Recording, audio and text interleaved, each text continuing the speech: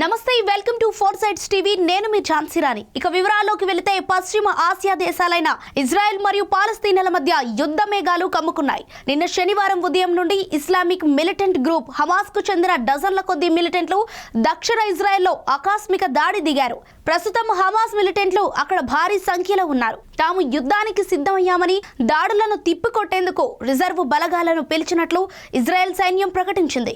Israel వైమానిక దళాలు Gaza strip లో ఉన్న పాలస్తీనా టవర్ పై బాంబుల వర్షం కురిపించారు. ఇలా ఒకరిపై మరొకరు చేసుకుంటున్న దాడులతో భారీగా ఆస్తి ప్రాణ నష్టం జరిగింది. హమాస్ జరిపిన దాడుల్లో 100 మందికి పైగా ప్రాణాలు కోల్పోగా, ఇజ్రాయెల్ జరిపిన దాడుల్లో 200కి పైగా హతమైనట్టు తేలింది. 1600కు పైగా పౌరులు గాయపడ్డారు.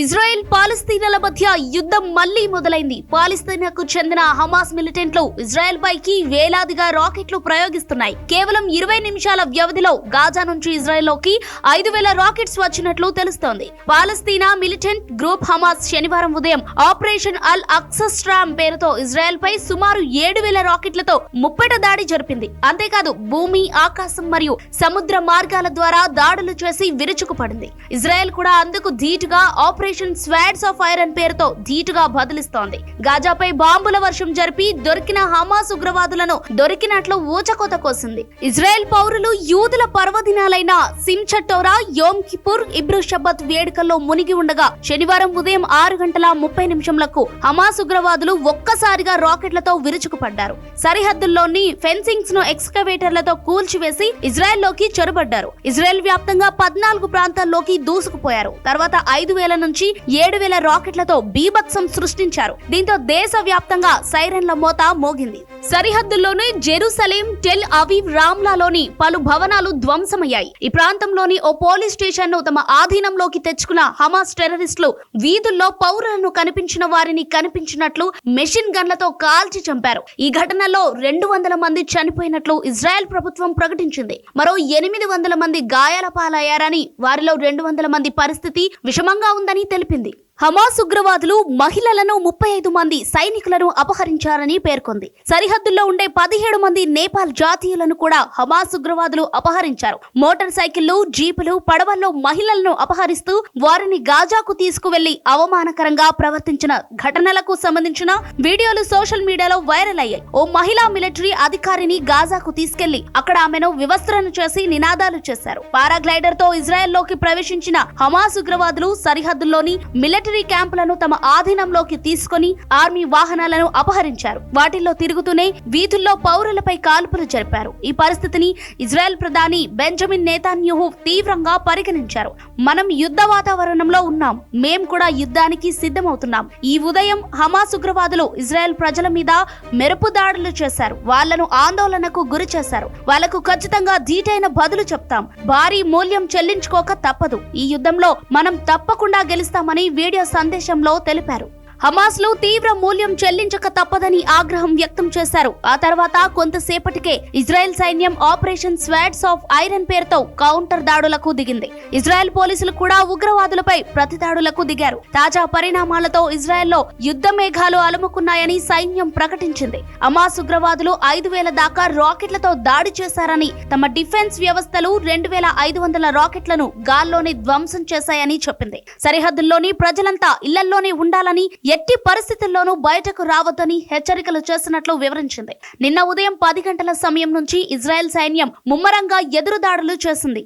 మధ్యాహ్నానికి వాయుసేన కూడా రంగంలోకి దిగటంతో గాజా స్ట్రిప్ పై బాంబుల వర్షం కురిసింది. ఈ దాడుల్లో అక్కడి పాలస్తీనా టవర్ నేలమట్టమవుతున్న దృశ్యాలను అల్ జజీరా న్యూస్ ఛానల్ ప్రసారం చేసింది. గాజాలో ఇజ్రాయెల్ దాడుల్లో ఓ ఆసుపత్రి ధ్వంసమైందని, నగర వ్యాప్తంగా 230 మంది మృతి చెందారని, 1600 మంది గాయపడ్డారని పాలస్తీనా వైద్య ఆరోగ్య శాఖ వెల్లడించింది. హమాస్ నేత, ఆక్రమిత గాజా స్ట్రిప్ ప్రభుత్వాధినేత మొహమ్మద్ డెయిఫ్ ఓ వీడియో సందేశాన్ని విడుదల చేసి ఇజ్రాయెల్ ఇజ్రాయెల్పై మిలిటరీ ఆపరేషన్ను ప్రారంభించామని ప్రకటించారు. శనివారం తెల్లవారుజామునే ఆపరేషన్ అల్ అక్సస్ట్రామ్ ప్రారంభమైందని పేర్కొన్నారు. గతంలో డెయిఫ్ అనేకసార్లు దాడులు జరగటంతో ఆయన అజ్ఞాతంలో ఉంటున్నారు. ఈ వీడియో సందేశాన్ని బట్టి హమాస్ యుద్ధానికి సిద్ధమైనట్లు తెలుస్తోంది. ఇజ్రాయెల్ అత్యవసర పరిస్థితిని ఎదుర్కొంటున్న వేళ ఆ దేశానికి అండగా ఉంటామని భారత్ ప్రధాని నరేంద్ర మోదీ ప్రకటించారు. ఇజ్రాయెల్లో ఉగ్రవాదుల దాడుల వార్తలు విని తీవ్ర దిగ్భ్రాంతికి లోనయ్యా అని ఆయన ఎక్స్ లో పోస్ట్ చేశారు. మరోవైపు ఇజ్రాయెల్లోని భారత పౌరులకు అక్కడి ఇండియన్ ఎంబసీ అడ్వైజరీ జారీ చేసింది. యుద్ధ పరిస్థితుల నేపథ్యంలో అనవసరంగా ఇళ్ల నుంచి బయటకు రావద్దని హెచ్చరించింది. ఇజ్రాయెల్పై హమాస్ ఉగ్రవాదుల దాడిని పలు దేశాలు తీవ్రంగా ఖండించాయి. ఈ దాడి దిగ్భ్రాంతికరమని, తమ దేశాన్ని రక్షించుకునేందుకు ఇజ్రాయెల్కు హక్కు ఉందని అక్కడి అధికారులతో సంప్రదింపులు జరుపుతున్నామని బ్రిటన్ ప్రధాని రిషి సునాక్ తెలిపారు. ఇజ్రాయెల్పై దాడిని తీవ్రంగా ఖండిస్తున్నామని అమెరికా జాతీయ భద్రతా సలహాదారు పేర్కొన్నారు. తుర్కీ అధ్యక్షుడు ఎర్డోగాన్ ఇరువైపులా బాధ్యతాయుతంగా వ్యవహరించాలని కోరారు. ఐరోపా సమైక్యతో పాటు Germany, Russia, Ukraine, Belgium, Greece దేశాలు కూడా హమాస్ల దాడిని ఖండించాయి. ఇజ్రాయెల్ భద్రతా వైఫల్యంపై చర్చలు జరుగుతున్నాయి. హమాస్ దాడి ప్రణాళికలను ముందే పసిగట్టడంలో విఫలమైందనే వాదనలు వినిపిస్తున్నాయి. సరిహద్దు మొత్తాన్ని వీక్షించేలా ఏర్పాటు చేసిన సీసీ కెమెరాల కళ్లుగప్పి ఉగ్రవాదులు ఇజ్రాయెల్ చరిత్రలోనే అతిపెద్ద చొరబాటుకు పాల్పడ్డారు. హమాస్ ఉగ్రవాదులు పారాగ్లైడర్లతో ఇజ్రాయెల్లోకి ప్రవేశించిన, సరిహద్దుల్లో ఫెన్నింగ్స్ ని తొలగించిన నిఘా వర్గాలు గుర్తించకపోవటం నిఘా వైఫల్యమని చెప్పవచ్చు. దీంతో ఇజ్రాయెల్ భారీ మూల్యాన్ని చెల్లించిందనే అభిప్రాయాలు వ్యక్తమవుతున్నాయి. మిడిల్ ఈస్ట్ దేశాల్లో అత్యంత పటిష్టమైన నిఘా వ్యవస్థ ఇజ్రాయెల్ సొంతమని నిస్సందేహంగా చెప్పొచ్చు. దానికి ఎప్పుడు నిధుల కొరత కూడా ఉండదు. పాలస్తీనియన్ మిలిటెంట్ల గ్రూపుల్లోనూ లెబనాన్, సిరియా ఇంకా ఇతర దేశాల్లో ఇజ్రాయెల్ ఏజెంట్లు ఉన్నారు. ఎప్పటికప్పుడు సమాచారం అందించే ఇన్ఫార్మర్లు కూడా ఉన్నారు. ఇజ్రాయెల్ రక్షణ దళాలు ఈ దాడులను అంచనా వేయలేకపోవటం ఆశ్చర్యం. ఒకవేళ వారు ముందే పసిగట్టి ఉంటే ఈ దాడులను తిప్పికొట్టడంలో వారు విఫలమైనట్టే.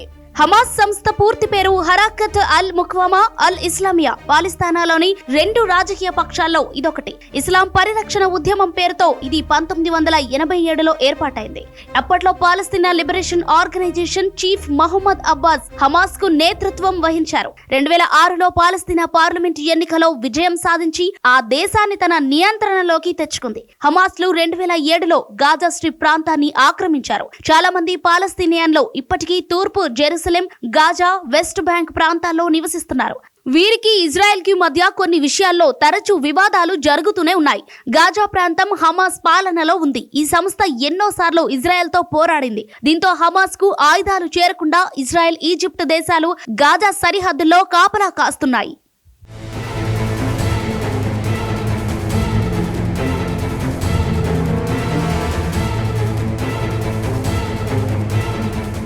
ఇవి ఇప్పటి వరకు నా అప్డేట్స్. చూస్తూనే ఉండండి 4 సైడ్స్ టీవీ. నేను మీ ఝాన్సీ రాణి.